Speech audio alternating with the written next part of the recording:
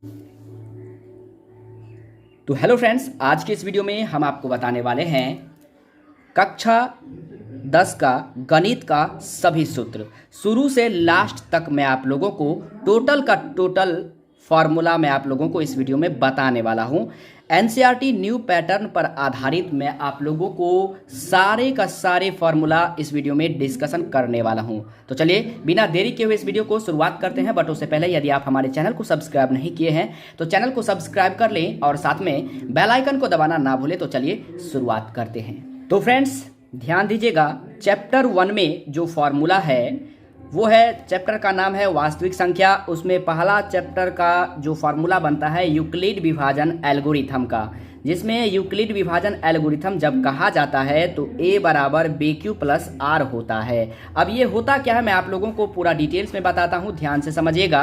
जैसे a को भाज्य कहते हैं, b को भाजक कहते हैं और q को भागफल कहते हैं और r जो आपका होता है वो शेषफल होता है। इसमें दोस्तों r का मान जो है ना 0 के बराबर होता है या फिर 0 से बड़ा और b से छोटा होता है। जैसे मान लीजिए अगर b का मान 6 दिया हुआ है तो r का मान 0 से लेकर के दोस्तों r का मान जो है 0 से लेकर के 5 तक होगा। ठीक है, यानी r का मान यहाँ पे कहने का मतलब ये हुआ r का मान 0 के बराबर या फिर 0 से बड़ा और b से छोटा होता है। समझ पाए दोस्तों? चलते हैं हम लोग, देखिए। और इस चैप्टर में जो पूछा जाता है आपके एग्जाम में उस चीज़ पे आप जानकारी जरूर पाइए दोस्तों। जैसे अपरिमेय संख्या और परिमेय संख्या के बारे में भी एग्जाम में कई बार पूछ लिया जाता है, बहुत बार एग्जाम में पूछा जाता है। जैसे अपरिमेय संख्या किसे कहते हैं? जो संख्या p बाई क्यू के रूप में नहीं लिखा जा सकता है उसे हम अपरिमेय संख्या कहते हैं। या फिर इसे दूसरे शब्दों में कहें जो याद हो जाए, जो रूट में यानी जो रूट से बाहर ना निकले, किसी भी एंगल से रूट से बाहर ना निकले, जैसे √3,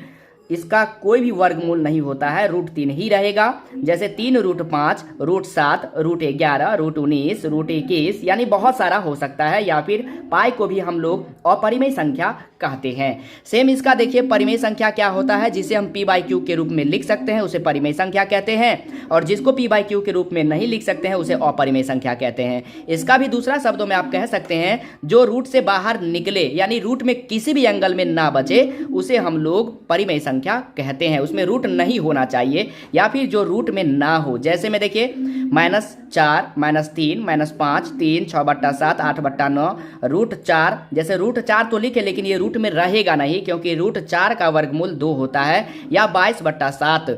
ये सब आपका परिमेय संख्या है दोस्तों। अगर पाई दिया है, केवल पाई दिया है तो वो आपका अपरिमेय संख्या होगा, पाई का मान दिया है तो परिमेय संख्या होगा। ठीक है, अब छोटा सा और टॉपिक जान लेते हैं इसमें चैप्टर 1 में शांत अशांत के बारे में। उसके बाद हम लोग सेकेंड चैप्टर में चलते हैं। शांत अशांत होता क्या है पहले वो समझिए। जब हर में, हर का मतलब अंश होता है, जैसे ऊपर वाला होता है अंश भिन्न में और नीचे वाला हर होता है। तो दोस्तों अंश और हर में, अंश और हर, जब हर में यानी कि नीचे में 2 या 2 हो, सिर्फ 2 हो या 5 हो या फिर 2 और 5 दोनों हो तब उसे हम शांत कहते हैं। ठीक है, और अशांत क्या होता है? जब हर में यानी कि नीचे में 2, 5 या 2 और 5 दोनों में से कोई भी कुछ भी ना हो तब हम उसे कहते हैं अशांत। ठीक है, काटना भी चाहे तो काटेंगे। जैसे देखिए नीचे में आप इसमें कहेंगे कि नीचे में 2 है तो ये शांत होगा, जी नहीं, कट रहा है तो काट देंगे। जैसे देखिए 19 दूना 38, अब आपका हो गया 19/7। इसका मतलब नीचे में केवल 2, 5 और 2 या 5 में से कोई भी चीज़ नहीं आया है काटने पर भी,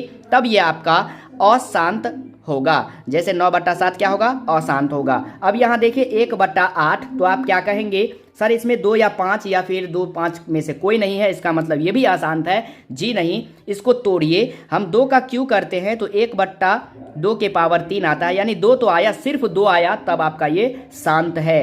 अब देखिए यहाँ पे 7/5 गुना 14 जैसे दिया हुआ है, तो यहाँ पे 14 है तो आप कहेंगे ये शांत नहीं है। जी नहीं, ये कट रहा है तो काटेंगे। 7 × 1 7, 7 दूनी 14, यानी 1/5 और 2 आ गया। तो देखिए हर में यानी कि नीचे में 5 या 2 बच गया तब आपका ये शांत है। ठीक है, जैसे 1/125 होता है तो ये भी आपका शांत है क्योंकि यहाँ पे 5 का क्यू होता है 125, तो नीचे में केवल 5 आया है। अब मोटा मोटी ये समझ लीजिए, अगर नीचे में हर में 2, 5 या 2 और 5 दोनों आए तब आपका शांत होगा, अगर नहीं आए तो अशांत होगा। शांत अशांत परिमेय संख्या और अपरिमेय संख्या पर मैंने एक खास वीडियो बना रखा है। यदि आप लोग नहीं देखे हैं तो नीचे डिस्क्रिप्शन बॉक्स में मैं इसका लिंक डाल देता हूं, वो भी जरूर देख लीजिएगा। वैसे यहां पर भी आप समझ गए होंगे तो कोई दिक्कत नहीं है, इससे बाहर एग्जाम में क्वेश्चन नहीं पूछा जाता है। और जो वीडियो मैंने बनाया है शांत आसान परिमेय संख्या और अपरिमेय संख्या पर, उसमें मैंने दोस्तों एग्जाम्पल के साथ, उदाहरण के साथ डिस्कशन किया है, जिससे कि यदि चैप्टर 1 में कोई भी सवाल पूछा जाता है तो आपको कहीं दिक्कतों का सामना नहीं करना पड़ेगा। तो चलिए अब बढ़ते हैं दोस्तों हम लोग सेकेंड चैप्टर की ओर। तो चलिए दोस्तों अब हम लोग सेकेंड चैप्टर की ओर बढ़ते हैं, चैप्टर नंबर 2, जिसका नाम है द्विघात बहुपद। इस चैप्टर में कौन कौन से फॉर्मूले आते हैं और कौन कौन से फॉर्मूलों का यूज होता है मैं आप लोगों को बताता हूं। जैसे शून्यकों का गुणनफल का फॉर्मूला होता है अल्फा इंटू बीटा, ठीक है। शून्यकों का योग होता है या योगफल होता है अल्फा प्लस बीटा।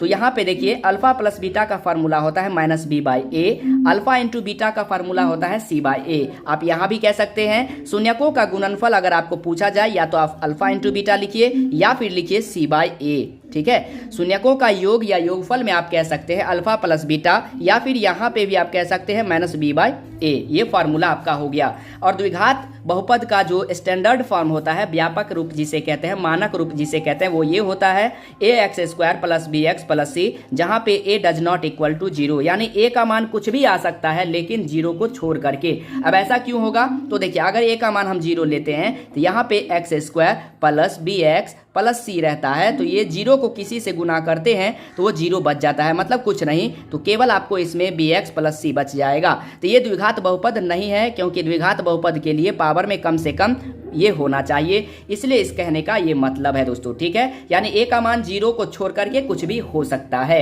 बढ़ते हैं आगे की ओर, देखते हैं और भी इसमें कौन कौन से फार्मूले हैं। जैसे अल्फा प्लस बीटा मैंने आपको बता दिया, माइनस बी होता है माइनस बी बाई ए। तो कभी कभी आपको ऐसे भी पूछा जाएगा माइनस, उसके बाद बी जो है कहाँ पे है, तो एक्स का गुणांक है, तो यहाँ पर हम लिखेंगे एक्स का गुणांक, ठीक है। फिर ए है दोस्तों, तो ए किसका गुणांक है, एक्स स्क्वायर का गुणांक है, तो यहाँ पे हम लिखेंगे एक्स स्क्वायर का गुणांक। यानी कि अल्फा प्लस बीटा का फॉर्मूला ये भी हो गया माइनस एक्स का गुणांक बट्टे एक्स स्क्वायर का गुणांक। आप या तो ये कहें या फिर अल्फा प्लस बीटा का फॉर्मूला माइनस बी बाई ए कहें, दोनों सही है। दोनों में से आपका जिसका काम लगता है वो यूज कर सकते हैं। काफी बार एग्जाम में और आपके सवाल में और आपके एग्जाम में, आपके चैप्टर में इस तरह का क्वेश्चन देखने को मिलेगा, ठीक है।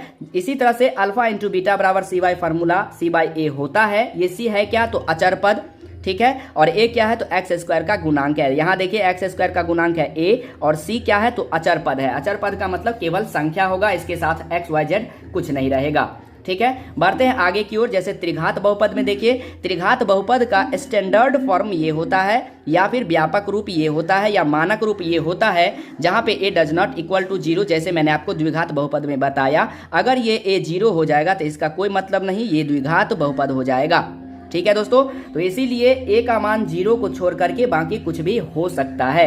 अब देखते हैं हम दोस्तों त्रिघात बहुपद में कौन कौन से फॉर्मूले आते हैं इस चैप्टर में। तो होता है alpha plus beta plus gamma, यानी कि शून्यकों का योग त्रिघात बहुपद में क्या होगा, तो कहेंगे माइनस बी बाई ए, या फिर माइनस एक्स स्क्वायर का गुणांक। बी जो है, देखिए बी जो यहाँ पे है, इस स्थिति में त्रिघात बहुपद में एक्स स्क्वायर का गुणांक है, तो यहाँ लिखेंगे एक्स स्क्वायर का गुणांक, ठीक है। और ए जो है वह एक्स क्यू का गुणांक है त्रिघात बहुपद में, तो यहाँ लिखेंगे ए का मान यानी कि एक्स क्यू का गुणांक, समझ पाए। उसके बाद देखिए फार्मूला आता है alpha into beta into gamma, यानी शून्यकों का गुणनफल माइनस डी बाई ए होता है त्रिघात बहुपद में। तो यहाँ पे माइनस रहेगा, डी क्या है, तो अचर पद है जो लास्ट में बचता है, अचर पद यहाँ लिख दीजिए। उसके बाद ए क्या है, तो दोस्तों ए एक्स क्यू का गुणांक है। या तो ये कहे शून्यकों का गुणनफल त्रिघात बहुपद में, या फिर शून्यकों का गुणनफल माइनस डी बाई ए कहे, दोनों सही है। जो आपको यूज होगा सवाल में उस पे वहां पे हम लोग क्या करेंगे, इसका यूज करेंगे। उसके बाद दोस्तों कहेगा आपको दो शून्यकों को एक साथ लेकर के शून्यकों का योगफल क्या होगा। जैसे alpha into beta plus beta into gamma plus gamma into alpha बराबर सी बाई ए फॉर्मूला होता है। सी क्या है, तो यहाँ पे देखिए सी एक्स का गुणांक है, तो यहाँ लिखेंगे सी जो है एक्स का क्या है, गुणांक है, और ए जो है एक्स क्यू का गुणांक है। द्विघात बहुपद का जो फॉर्मूला होता है वो होता है x square minus alpha plus beta into x plus alpha into beta, ये होता है द्विघात बहुपद का फॉर्मूला। इसका जो यूज होगा आपको सवाल में अल्फा प्लस बीटा यानी कि शून्यकों का योग दे देगा, और शून्यकों का गुणनफल भी दे देगा और कहेगा द्विघात बहुपद निकालिए, तो इस फार्मूला से आप लोग आसानी तरीका से निकाल सकते हैं। तो ये था चैप्टर 2 का इतना फार्मूला। चैप्टर 1 और चैप्टर 2 आप लोगों को यदि समझ में आया हो तो वीडियो को लाइक करना मत भूलिएगा, और चैनल पर अगर नए आए हैं तो चैनल को जरूर सब्सक्राइब करके साथ में बेल आइकन को दबाना मत भूलिएगा। इससे क्या होगा कि जब भी मैं वीडियो को अपलोड करूंगा तो सबसे पहले नोटिफिकेशन आपके पास पहुंच जाएगा। तो चलिए थर्ड नंबर चैप्टर की ओर बढ़ते हैं। यहाँ पे देखिए दोस्तों, चैप्टर नंबर 3 जो कि 2 चर वाले रैखिक समीकरण है, इसमें कौन कौन से फार्मूला का यूज हमेशा होता है, मैं आप लोगों के लिए जबरदस्त ट्रिक लेकर के आया हूँ। देखिए, जब आपको a1/a2 बराबर ना हो b1/b2, तब आपको कौन कौन सा कारण हो सकता है, तो वो जो ग्राफ उसका होगा प्रतिच्छेदी रेखा होगा, या फिर संगत होगा, अद्वितीय हल होगा, या फिर एक हल होगा, या अविरोधी होगा। यानी इतना आपको याद रखना है, 1 2 3 4 5। अगर ये 5 याद रखते हैं तो दोस्तों a1/a2 बराबर ना हो b1/b2, तब आपका ये केस काम आता है, बहुत ज़्यादा काम आता है। अब ये a1 a2 b1 b2 आता कहाँ से, तो थोड़ा सा मैं आप लोगों को समझा देता हूँ, ध्यान से समझिएगा। ये सादा पेज मैं आप लोगों के लिए ले आया। कुछ समीकरण इस तरह से आपको दिया रहेगा, a1x plus b1y plus c1, ठीक है। उसके बाद a2x plus b2y plus c2। तो इस तरह से ये समीकरण आपको दिया रहेगा, समीकरण 1 और समीकरण 2 दिया रहेगा। तो यहीं से जो x से पहले होता है उसको a1 बोलते हैं, जो y से पहले होता है उसको b1 बोलते हैं, जो बच गया वो c1 होता है। इसी तरह से समीकरण 2 में, ठीक है। तो अब आप यहाँ पे फिर से आ जाइए। यहाँ चैप्टर नंबर 3 में पहला है कि जब a1/a2 बराबर ना हो b1/b2, तब ये सब होता है। अच्छे तरह से याद कर लीजिए दोस्तों, क्योंकि एग्जाम में आपको इससे बाहर कुछ भी नहीं रह सकता है। चाहे आप कोई भी एग्जाम को उल्टा करके देख लीजिए, किसी भी बुक को उल्टा कर देख लीजिए, इससे बाहर नहीं होता है। उसके बाद चलते हैं हम दोस्तों, जब a1/a2 बराबर होगा b1/b2 लेकिन बराबर नहीं होगा c1/c2, तब क्या सब हो सकता है, तो ग्राफ में समांतर रेखा होगा, कोई हल नहीं होगा, असंगत होगा और विरोधी होगा। ये यानी कि दुश्मन है, यानी कि एक दूसरे का ये विरोध करते रहता है, और जो अविरोध करता है उसे हम लोग ये प्रतिच्छेदी रेखा कहते हैं। उसके बाद देखिए तीसरा जो कारण है, a1/a2 बराबर b1/b2 बराबर होगा c1/c2, यानी जब सब बराबर होगा तब क्या होगा, संपाती होगा, आश्रित होगा, अविरोधी होगा, संगत होगा, अनेक हल होगा, अनगिनत हल होगा। ये भी लिखा जा सकता है, अनेक हल को ही अनगिनत हल कहते हैं। अब यहाँ समझने वाली बात यह है, तीसरा चैप्टर में किसी भी विधि से समीकरण का हल आप कैसे करेंगे, यानी आपके पास समीकरण दे दिया रहेगा, उसको कहेगा हल करने के लिए, तो प्रतिस्थापन विधि से समीकरण को हल कर सकते हैं, विलोपन विधि से हल कर सकते हैं, वज्र गुणनखंड विधि से भी आप हल कर सकते हैं। इसके बारे में, तीनों के बारे में सबका वीडियो बना हुआ है, बारी बारी से मैं तीनों वीडियो का लिंक नीचे डिस्क्रिप्शन बॉक्स में दे दूंगा। आप यदि इस तीनों वीडियो को देख लेते हैं तो दुनिया का कितना भी खतरनाक समीकरण हो, आपको इस तीनों विधि से बनाने में दिक्कत नहीं होगा। और वज्र गुणनखंड विधि का जो मैंने फार्मूला बताया है, वहां पे जबरदस्त फार्मूला बताया है, वहां पे आपको किसी भी प्रकार का कोई दिक्कत नहीं हो सकता है। एक बार यदि आप इसे देख लेंगे तो वज्र गुणनखंड विधि का फार्मूला आपको जीवन तक याद रहेगा, भूल कर भी आप भूल नहीं पाएंगे। तो चैप्टर 3 में इतना ही फार्मूला था। बढ़ते हैं चैप्टर नंबर 4 की ओर। तो दोस्तों हम लोग चैप्टर नंबर 4 की ओर आ गए हैं, जो कि है द्विघात समीकरण। चैप्टर का नाम क्वाड्रेटिक इक्वेशन।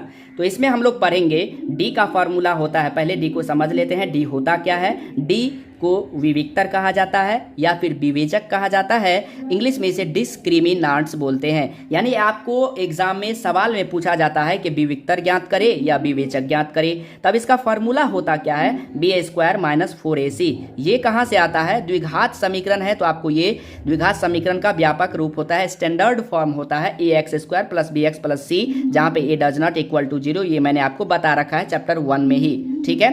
चैप्टर 2 में दोस्तों, उसके बाद देखिए डी का ये फार्मूला हुआ। अब डी का केस क्या सब होता है समझिएगा, बहुत इंपॉर्टेंट है। यदि आप इसे याद नहीं रखते हैं तो कोई भी सवाल आपसे नहीं बनेगा।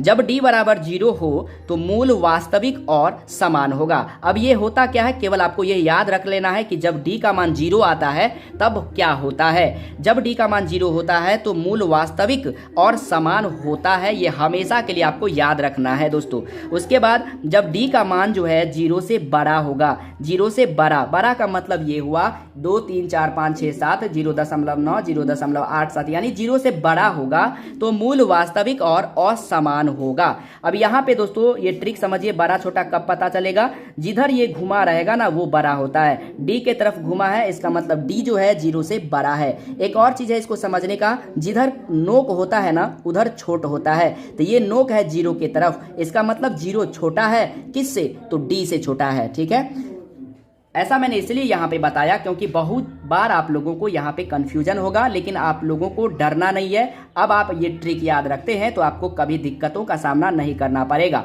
चलते हैं दोस्तों नेक्स्ट पॉइंट की ओर। जब डी का मान 0 से छोटा होगा, यहाँ समझ लीजिए दोस्तों, ये देखिए घुमा हुआ है किधर, यानी कि 0 की तरफ घुमा हुआ है, इसका मतलब जो है 0 जो है डी से बड़ा है। और नोक देख लीजिए डी के तरफ है, इसका मतलब डी छोटा है 0 से। अब ये छोटा कब होगा, यानी कि माइनस आ जाएगा मान, डी का मान जब माइनस में आ जाए, -3, -2, -7, -8, यानी माइनस में अगर मान आ रहा है, इसका मतलब ये हुआ कि डी का मान जो हुआ वो 0 से छोटा हुआ। तब हमें जो याद रखना है, डी का मान जब 0 से छोटा होता है तो मूल वास्तविक नहीं होगा, उस सवाल का आंसर ही नहीं आएगा। ठीक है दोस्तों, जब मूल आपको निकालना हो, जब डी निकल जाता है उसके बाद आपको अगर मूल निकालना हो तब आप इस फार्मूला का यूज करेंगे। अगर एक ही बार में आप चाहते हैं हम सवाल को आंसर बना दे तो x बराबर -b + -√d/2 आपको करना पड़ेगा। ठीक है दोस्तों, ठीक है दोस्तों, तो ये आप अगर एक ही बार में निकालना चाहते हैं तो x से ही डायरेक्ट निकालिए, यही x आपका मूल हो गया इस सवाल का।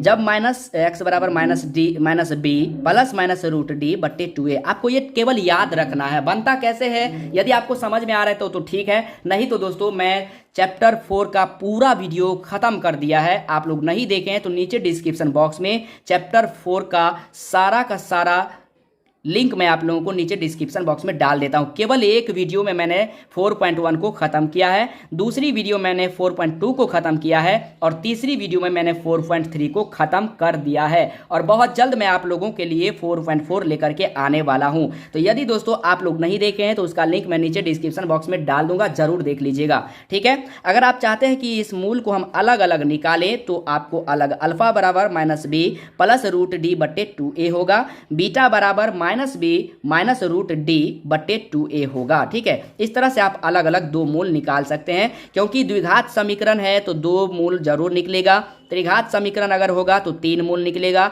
और उससे ऊपर जो भी होगा उतना मूल उसके बराबर निकलता है। उम्मीद करता हूं कि चैप्टर 4 में आप लोगों को बहुत ही आसानी तरीका से समझ में आ गया होगा। यदि इसका आपको PDF चाहिए तो टेलीग्राम को जरूर ज्वाइन कर लीजिएगा। जो भी मैं आपको पढ़ाता हूं वो टेलीग्राम पे उसका PDF मैं भेज देता हूं, तो नीचे डिस्क्रिप्शन बॉक्स में टेलीग्राम का लिंक है, उसे जरूर ज्वाइन कर लीजिए। आप लोगों को वहां पे इसका PDF पूरी तरह से मिल जाएगा। जो मैं जैसे जैसे पढ़ा रहा हूं वही PDF मैं आप लोगों को टेलीग्राम पे सेंड कर दूंगा। ठीक है, तो उम्मीद करता हूं कि ये वीडियो आपको समझ में आ गया होगा। चैप्टर 4 का जो फार्मूला है, सारा फार्मूला समझ में आ गया होगा। बढ़ते हैं चैप्टर नंबर 5 की ओर। आज इस वीडियो में पूरा का पूरा टोटल फार्मूला खत्म करने वाला हूं, चैप्टर वाइज खत्म करने वाला हूं। तो चलिए चैप्टर नंबर 5 की ओर बढ़ते हैं। चैप्टर नंबर 5 में है दोस्तों जो कि समांतर श्रेणी है, इसे एपी बोलते हैं, अरिथमेटिक प्रोग्रेशन भी बोलते हैं। तो इसमें होता क्या है, ए को हम लोग प्रथम पद बोलते हैं, डी को सार्व अंतर कहते हैं या फिर पदांतर कहते हैं, AN, TN और L जो होता है इस तीनों को अंतिम पद बोला जाता है या फिर इसे nवां पद भी बोला जाता है। इस तीनों को nवां पद कहिए या फिर अंतिम पद कहिए, ये तीनों को ये अंतिम पद और nवां पद बोला जाता है। जब आपको सवाल में अंतिम पद बोला जाएगा तो समझ जाना है AN, TN या फिर L कह रहा है।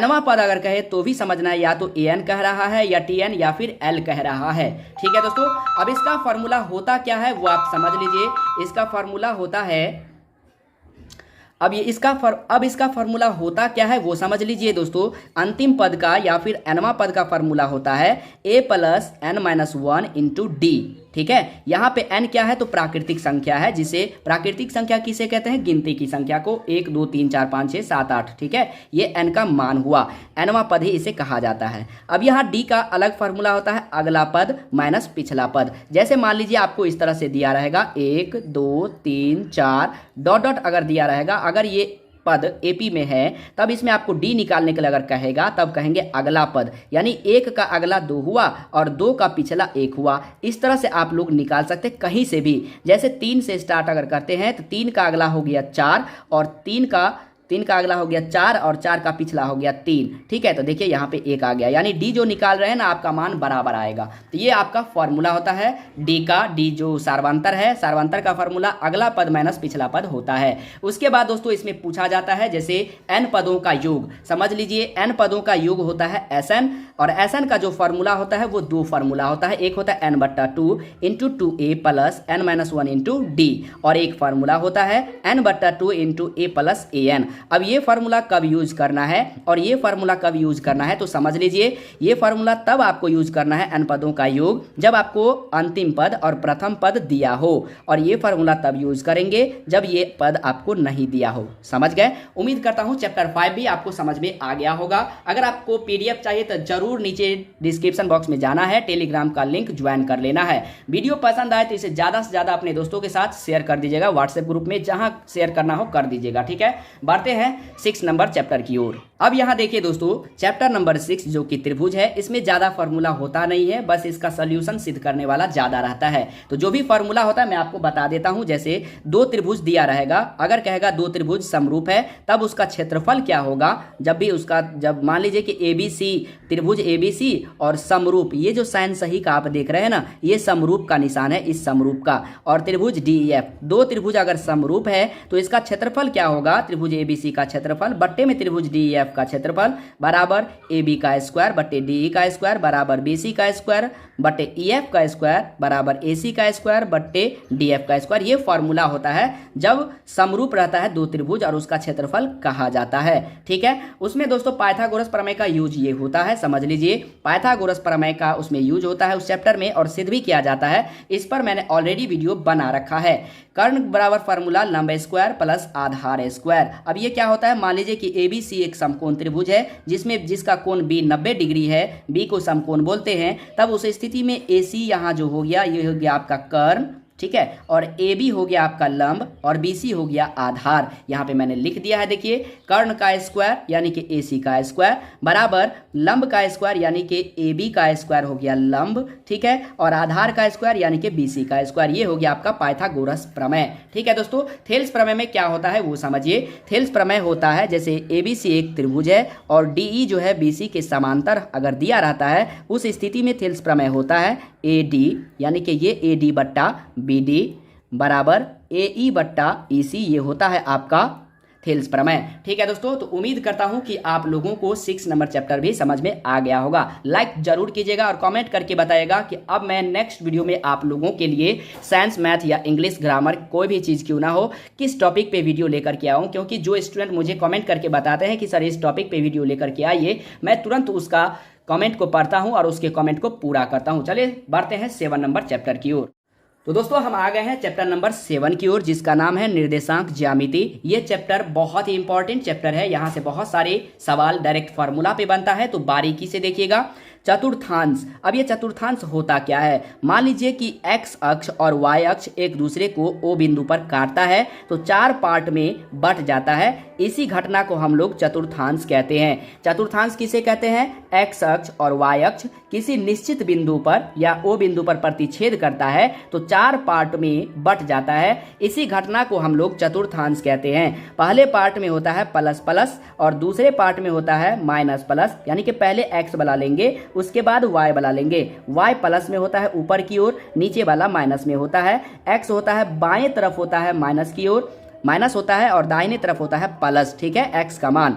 ठीक है दोस्तों, उसके बाद ये समझ लीजिए यहाँ पे सेकेंड फॉर्म में होता है, सेकेंड पार्ट में पहले x का मान लेंगे फिर y का मान लेंगे, यानी कि माइनस प्लस होता है सेकेंड में, आपको ये याद रखना है। थर्ड में होता है माइनस माइनस, x वाला भी माइनस और y वाला भी माइनस। फोर्थ में होता है पहले x वाला प्लस फिर y वाला माइनस, यानी ये समझिए इसको कहते हैं प्रथम चतुर्थांश, सेकेंड को कहते हैं द्वितीय चतुर्थांश, थर्ड को कहते हैं तृतीय चतुर्थांश और फोर्थ को कहते हैं चतुर्थ चतुर्थांश। ये 4 पार्ट आपका चतुर्थांश कहलाता है। इसमें जो भी निर्देशांक है जैसे ये प्लस माइनस, तो पहले x होता है फिर y होता है। इस तरह से आपको एग्जाम में आपके सवाल में बहुत सारा सवाल इस तरह के पूछे जाते हैं चतुर्थांश वाला। यदि आपको इसका फॉर्म अच्छे से याद याद है तो चुटकियों में आप लोग सॉल्व कर सकते हैं। ठीक है दोस्तों, उसके बाद हम लोग देखिए बढ़ते हैं, इसमें और फार्मूला है दूरी सूत्र का। अगर कहेगा तो √x2 माइनस x1 का whole square plus y2 minus y1 का होल स्क्वायर, दूरी सूत्र का ये फार्मूला होता है।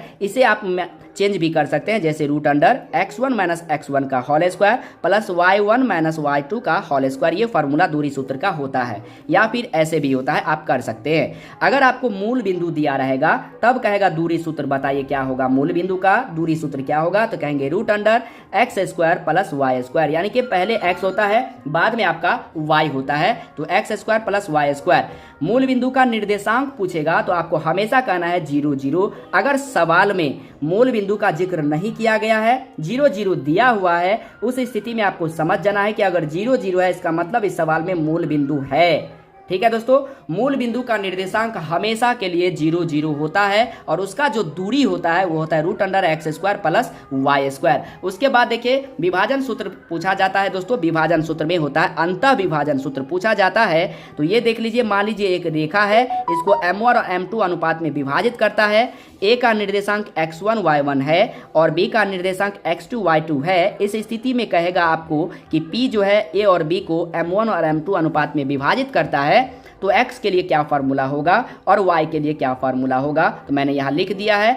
अंतः विभाजन में x के लिए फार्मूला होगा m1x2 प्लस m2x1 बट्टे में m1 प्लस m2। इस फार्मूला को ऐसे भी याद रख सकते हैं 12 21 बट्टे 12, 12 21 बट्टे 12। ठीक है, फिर y के लिए फार्मूला हो जाएगा m1 y2 plus m2 y1 बट्टे m1 प्लस m2। ये अंतः विभाजन फार्मूला हुआ x और y के लिए। इसी में आपको अगर बाह्य विभाजन कह देगा, बाह्य विभाजन, तब आप x के लिए केवल प्लस की जगह माइनस दे दीजिए, बस आपका आंसर निकल कर सामने आ जाएगा।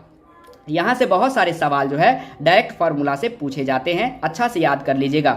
मध्य बिंदु का निर्देशांक कहेगा तो x के लिए x1 प्लस x2 बट्टे 2 और y के लिए y1 प्लस y2 बट्टे 2 होता है। तो ये था आपका चैप्टर नंबर 7 का पूरा फार्मूला। ठीक है, वीडियो पर चैनल पर नया है तो चैनल को जरूर सब्सक्राइब कर लीजिएगा और साथ में बेल आइकन को दबाना मत भूलिएगा। चलिए बढ़ते हैं चैप्टर नंबर 8 की ओर, जो कि त्रिकोणमिति है। बहुत इंपॉर्टेंट है, पूरे मैथ में सबसे बड़ा चैप्टर त्रिकोणमिति है और बहुत ज्यादा नंबर त्रिकोणमिति से पूछा जाता है। बढ़ते हैं चैप्टर नंबर 8 की ओर।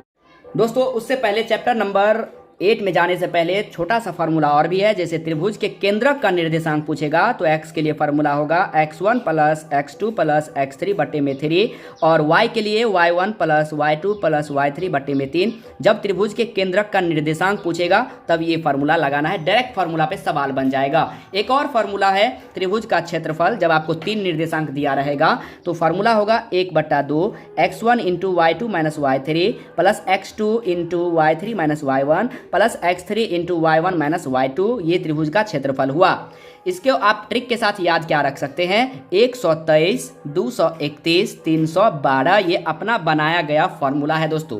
ठीक है, अपने ट्रिक से आप याद रख सकते हैं 123 231 312, एक मोबाइल नंबर की तरह।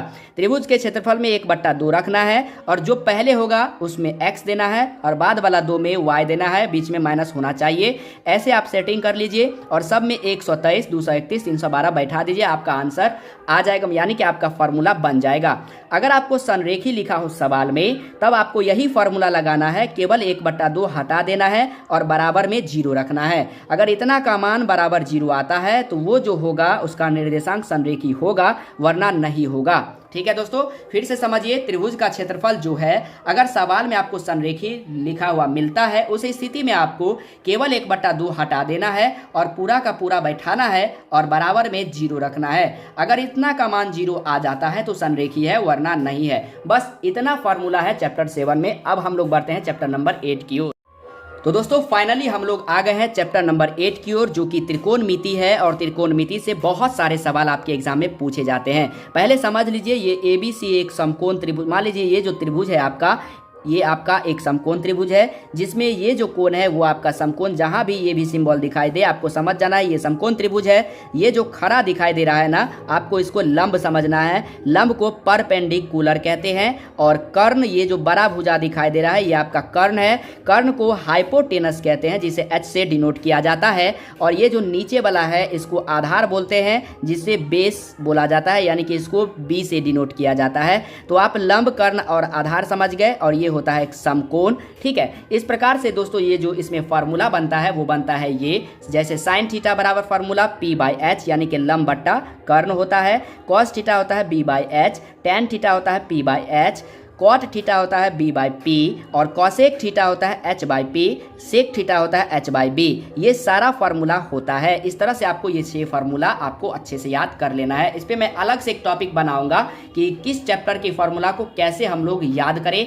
आज मैं आप लोगों को इस वीडियो में केवल चैप्टर वाइज आपको टोटल का टोटल फार्मूला बता रहा हूँ। यदि ज़्यादा से ज़्यादा लाइक रहा, कॉमेंट रहा, तो किस चैप्टर को कैसे हम ट्रिक से याद करें मैं आप लोगों के लिए तुरंत वो वीडियो लेकर के आऊँगा, लेकिन उसमें लाइक और कमेंट ज़्यादा होना चाहिए। अगर इसके बारे में कमेंट ज़्यादा रहता है तो तुरंत मैं इसके लिए वीडियो लेकर के आऊँगा। इसके बाद जो दोस्तों फार्मूला होता है, जैसे sine square theta plus cos square theta बराबर 1। अगर हम कॉस स्क्वायर थीटा को बराबर के उस तरफ ले जाएंगे तो इसका साइन चेंज हो जाएगा, प्लस की जगह माइनस हो जाएगा और साइन स्क्वायर थीटा बराबर फार्मूला हो जाएगा 1 माइनस कॉस स्क्वायर थीटा।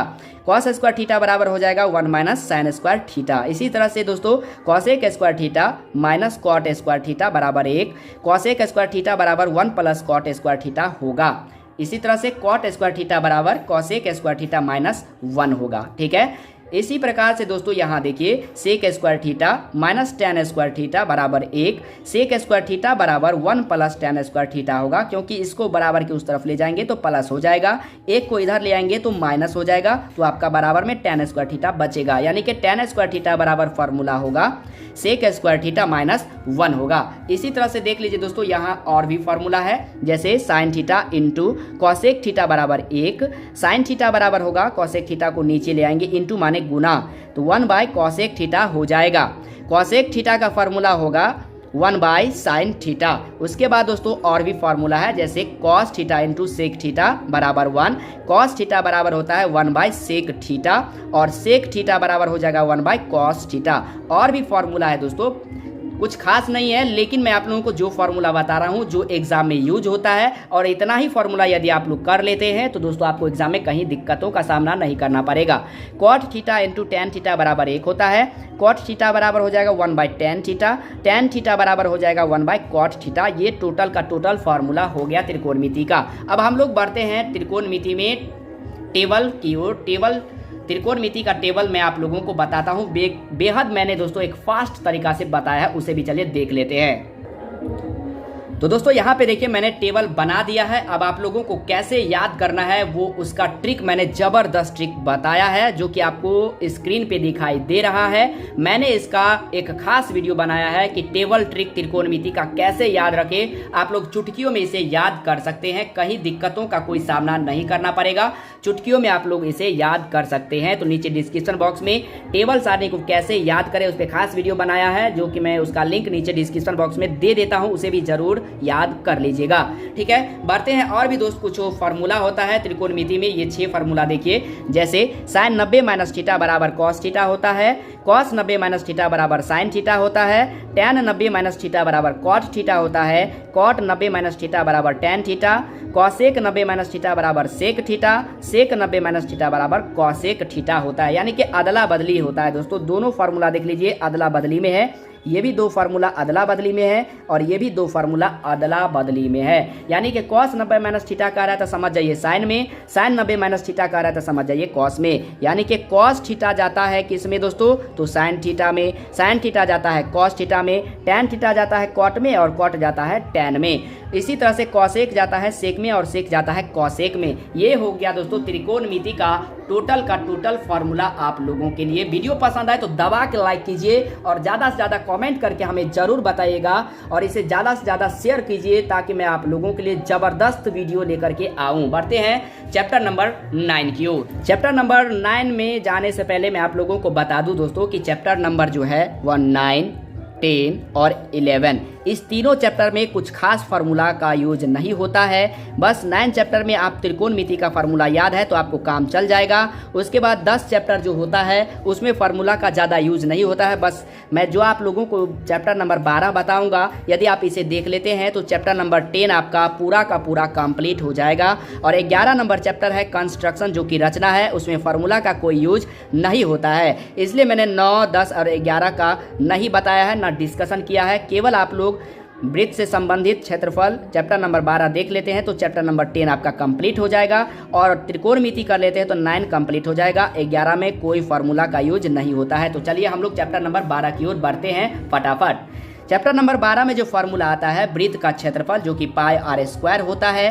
वृत्त का परिमाप होता है 2 पाई आर या फिर पाई डी कहिए। यहाँ पे डी क्या हो गया, व्यास हो गया, आर क्या हो गया तो त्रिज्या हो गया। इसके बारे में भी मैं नीचे लिख दूंगा, आप लोग नोट कर लीजिएगा। उसके बाद दोस्तों अर्धवृत्त का क्षेत्रफल होता है पाई आर स्क्वायर बट्टे 2। अर्धवृत्त का परिमाप होता है आर इंटू पाई प्लस 2, या इसे आप लोग ये भी कह सकते हैं, जब आपको त्रिज्या मालूम होगा तो आप इसे डायरेक्ट अर्धवृत्त का परिमाप कहेंगे 36/7। आर इंटू 36/7 आपका ये डायरेक्ट हो जाएगा अर्धवृत्त का परिमाप। ठीक है, बढ़ते हैं त्रिज्यखंड की ओर। त्रिज्यखंड का जो क्षेत्रफल होता है वह होता है पाई आर स्क्वायर थीटा बट्टे 360 डिग्री। या फिर जब आपको त्रिज्या और चाप की लंबाई दिया हो तब दोस्तों आप त्रिज्यखंड के क्षेत्रफल में 1/2 गुना त्रिज्या गुना चाप की लंबाई से डायरेक्ट आप निकाल सकते हैं। कई बार आपके एग्जाम में, ऑप्शन वाले एग्जाम में, जिसमें आपको ऑप्शन पूछा जाता है जिसमें त्रिज्या और चाप की लंबाई दे देता है और कहता है त्रिज्यखंड का क्षेत्रफल निकालिए, तब ये फार्मूला आपको नहीं यूज करना है। डायरेक्ट इस फार्मूला से आपका आंसर आ जाएगा। उसके बाद दोस्तों त्रिज्यखंड का परिमाप भी कई बार एग्जाम में पूछा जाता है। तो त्रिज्यखंड का परिमाप होता है 2r plus 2 pi are theta बट्टे 360 डिग्री। ठीक है, या फिर 2r प्लस l। l क्या है तो चाप की लंबाई है दोस्तों, r क्या है तो वृत्त की त्रिज्या है, और थीटा का मान आपको दिया रहेगा। अब उसमें देखिए ये भी पूछा जाता है वलय या रिंग पूछा जाए, वलय या रिंग का क्षेत्रफल क्या होगा तो कहेंगे पाई इंटू बड़ा आर स्क्वायर माइनस छोटा आर स्क्वायर। इसमें r का मान बड़ा आर जो है छोटा r से बड़ा होता है। ठीक है दोस्तों, बाह्यता अगर स्पर्श कर रहा है वृत्त एक दूसरे में, अगर बाह्यता स्पर्श करे, जैसे ये एक वृत्त है और एक ये वृत्त है, दोनों अगर एक दूसरे को यहाँ पे बाहर में टच कर रहा है तो इसके केंद्रों के जो बीच की दूरी होगा ना, उसके फार्मूला में r प्लस छोटा r कर देंगे, बड़ा r को छोटा r में जोड़ देंगे। अगर अंतः स्पर्श करे, जैसे ये है और एक वृत्त ये है, अगर अंदर में स्पर्श कर रहा है तब बड़ा r में से छोटा r को घटा देना है। ये टॉपिक याद रखना है, बहुत ही इंपॉर्टेंट है दोस्तों। ठीक है, इसी चैप्टर में पूछा जाता है लघु वृत्तखंड का क्षेत्रफल, तब आपको ज़्यादा टेंशन लेने की जरूरत नहीं है। डायरेक्ट आप फार्मूला लगाइए R square into pi theta बट्टे 360 डिग्री माइनस 1/2 साइन थीटा। ठीक है, चाप की लंबाई अगर पूछा जाता है 2 पाई आर थीटा बट्टे 360 डिग्री, चाप की लंबाई को L से डिनोट करते हैं। उसमें चतुर्थांश का क्षेत्रफल पूछा जाता है 1/4 गुना पाई आर स्क्वायर, या कहेंगे डायरेक्ट पाई आर स्क्वायर बट्टे 4। यही आपका हो गया चतुर्थांश का क्षेत्रफल। अगर आपको चतुर्थांश का परिमाप पूछ दिया जाएगा तो कई सारे स्टूडेंट वहाँ चुप हो जाते हैं, उसको छोड़ देते हैं। आपको नहीं छोड़ना है। r into pi theta, sorry दोस्तों, r इंटू पाई बट्टे 2 प्लस 2, ये होता है चतुर्थांश का परिमाप। दोस्तों उम्मीद करता हूँ कि आपको ये समझ में आया होगा। और भी इसमें फार्मूला है, चलिए डिस्कशन करते हैं। तो चलिए दोस्तों, अब आ गए हम लोग चैप्टर नंबर 13 की ओर, जिसका नाम है पृष्ठीय क्षेत्रफल और आयतन। इसमें कौन कौन से फार्मूले आते हैं, जैसे घन में आता है जिसे इंग्लिश में क्यूब कहते हैं, CUBE। घन का आयतन होता है भुजा Q, या फिर कहेंगे AQ। भुजा यहाँ पे A माना गया। घन का पार्श्व पृष्ठ क्षेत्रफल या वक्र पृष्ठ क्षेत्रफल कहा जाए, वक्र या वक्र पृष्ठ क्षेत्रफल कहा जाए तो कहेंगे 4a स्क्वायर, यानी कि 4 भुजा स्क्वायर। घन का कुल पृष्ठ क्षेत्रफल कहा जाए तो कहेंगे 6 गुना भुजा स्क्वायर। ठीक है दोस्तों, इसी तरह से अगर आपको घनाभ के बारे में कहा जाए तो कहेंगे घनाभ का इंग्लिश होता है क्यूबॉइड, CUBOID। घनाभ का आयतन होता है L गुना B गुना H या LBH, जहाँ पे L है लंबाई, चौड़ाई, ऊंचाई। ठीक है दोस्तों, घनाभ का पार्श्व पृष्ठ क्षेत्रफल या वक्र पृष्ठ क्षेत्रफल कहा जाए तो कहेंगे 2 into L plus B into H। ये हो गया घनाभ का पार्श्व पृष्ठ क्षेत्रफल। घनाभ का कुल पृष्ठ क्षेत्रफल कहा जाए तो कहेंगे 2 into LB plus BH plus HL। इसी तरह से दोस्तों बेलन का होता है, जैसे बेलन का इंग्लिश होता है सिलेंडर, CYLINDER, सिलेंडर। सिलेंडर माने बेलन। बेलन का आयतन होगा पाई आर स्क्वायर H। बेलन का वक्र पृष्ठ क्षेत्रफल या पार्श्व पृष्ठ क्षेत्रफल होता है 2 पाई आर H। ये जो है दोस्तों L बराबर root under R square plus H square, H बराबर root under L square minus R square, R बराबर root under L square minus H square. ये आपको शंकु में पूछा जाता है, शंकु के लिए है। आगे मैं आप लोगों को शंकु के लिए डिस्कशन करने वाला हूँ। पहले बेलन को देख लेते हैं। बेलन का कुल पृष्ठ क्षेत्रफल होता है 2 पाई R into H plus R। ये टोटल का टोटल फार्मूला मैं आप लोगों को गणित कक्षा 10 का इस वीडियो में बता रहा हूँ। चलिए आगे बढ़ते हैं। अब देखिए दोस्तों, हम लोग शंकु के बारे में डिस्कशन कर रहे हैं। शंकु को इंग्लिश में कोन बोलते हैं, CONE। शंकु का आयतन होता है 1/3 पाई आर स्क्वायर H। शंकु का आयतन होता है 1/3 पाई आर स्क्वायर H। शंकु का वक्र पृष्ठ क्षेत्रफल होता है पाई RL। RL कैसे निकालेंगे, वहां पे मैंने अभी तुरंत 1 मिनट पहले बताया था।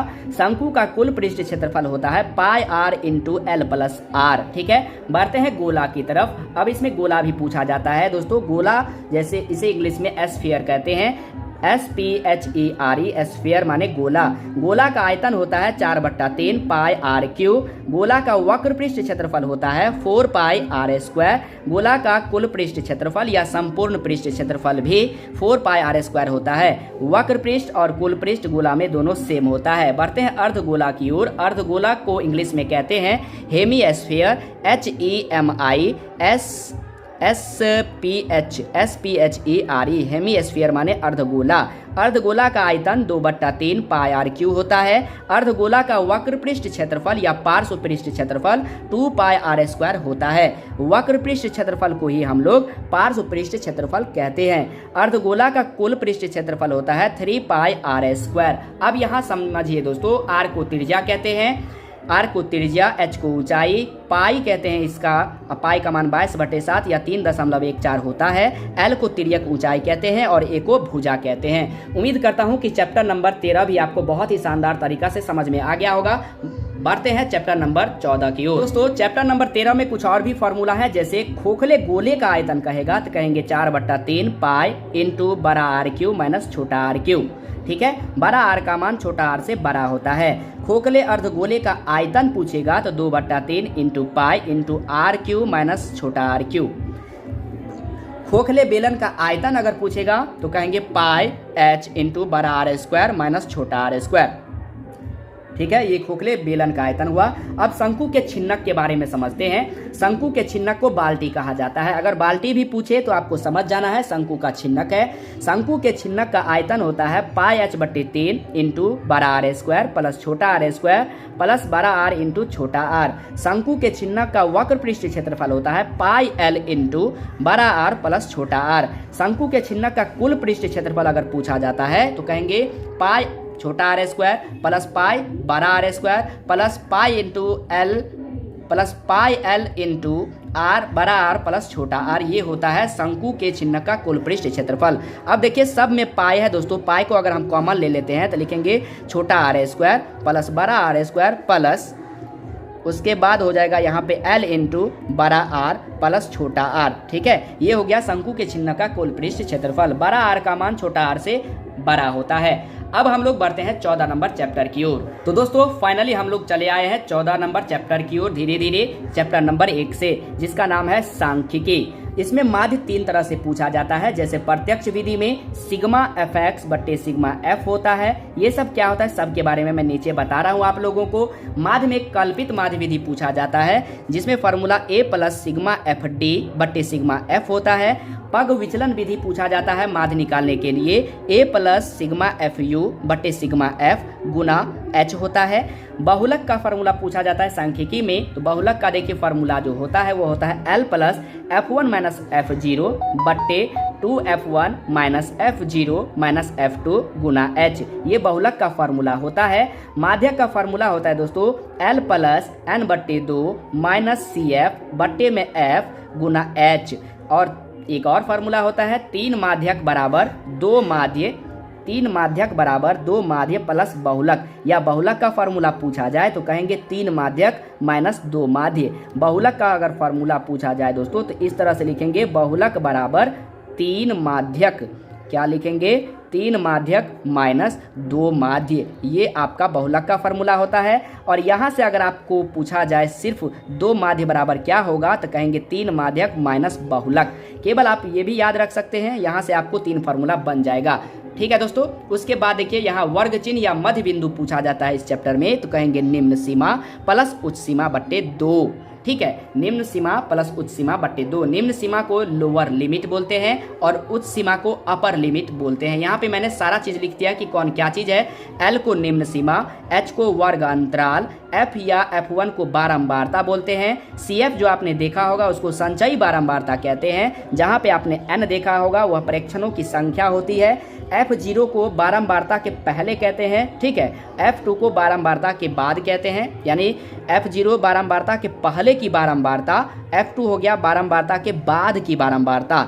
A जो होता है कल्पित माध्य होता है और D जो होता है वो विचलन होता है। जब A और D दोनों में आता है तो A को कहते हैं पहला विचलन और D को कहते हैं दूसरा विचलन। इस तरह से मैंने दोस्तों चैप्टर नंबर 1 से लेकर के चैप्टर नंबर 14 तक पूरा का पूरा फॉर्मूला मैंने डिस्कशन कर लिया है। अब उसके बाद आता है दोस्तों आपको प्रायिकता के बारे में। तो प्रायिकता में अलग से कोई फार्मूला नहीं होता है, केवल शॉर्टकट फार्मूला मैं आपको ये बता देता हूँ। जैसे PE प्लस PE डैश बराबर 1, यानी प्रायिकता में जो होता है वह अधिकतम मानों का जो योग होता है वह 1 होता है और निम्नतम मानों का जो योग होता है वह 0 होता है। यानी प्रायिकता का जो मान होगा ना, जो प्रायिकता का मान होगा वह 0 के बराबर या 0 से बड़ा या फिर 1 के बराबर या 1 से छोटा होगा, ठीक है। ये होता है प्रायिकता का मान। केवल 2 फार्मूला ये याद रखिए, ठीक है दोस्तों। प्रायिकता का मान यानी चैप्टर नंबर 15 में जो है वह केवल प्रायिकता का मान आपको ये याद रखना है, बस आपका ये चैप्टर नंबर 15 कंप्लीट हो जाता है। इस तरह से मैंने आपको चैप्टर नंबर 1 से लेकर के चैप्टर नंबर 15 तक यानी कि गणित का पूरा चैप्टर का फार्मूला मैंने आप लोगों के साथ डिस्कशन कर लिया है। अब आपका कोई फार्मूला छूटा हुआ नहीं है। अगर आप लोग चाहते हैं कि किस चैप्टर को कैसे ट्रिक से याद करें, आप लोग अगर चाहते हैं कि चैप्टर वाइज ट्रिक लेकर के आऊँ फार्मूला याद करने के लिए, तो आप इस वीडियो को ज़्यादा से ज़्यादा लाइक करिए और ज़्यादा से ज़्यादा कमेंट करिए। कमेंट और ज़्यादा लाइक को देख करके मैं चैप्टर वाइज ज़रूर आप लोगों के लिए वीडियो लेकर के आऊँगा। और इसी तरह से आप लोगों को चैप्टर वाइज एक ही चैप्टर में, अगर एक ही वीडियो में चैप्टर वाइज मैं आप लोगों को सोल्यूशन लेकर के आऊँ तो आप लोग मुझे ज़रूर कमेंट करके बताना ये वीडियो कैसा लगा। ये मेरा थोड़ा सा कोशिश आप लोगों के लिए कैसा लगा कमेंट करके जरूर बताना। तो मिलते हैं नेक्स्ट वीडियो में, तब तक के लिए जय हिंद, वंदे मातरम।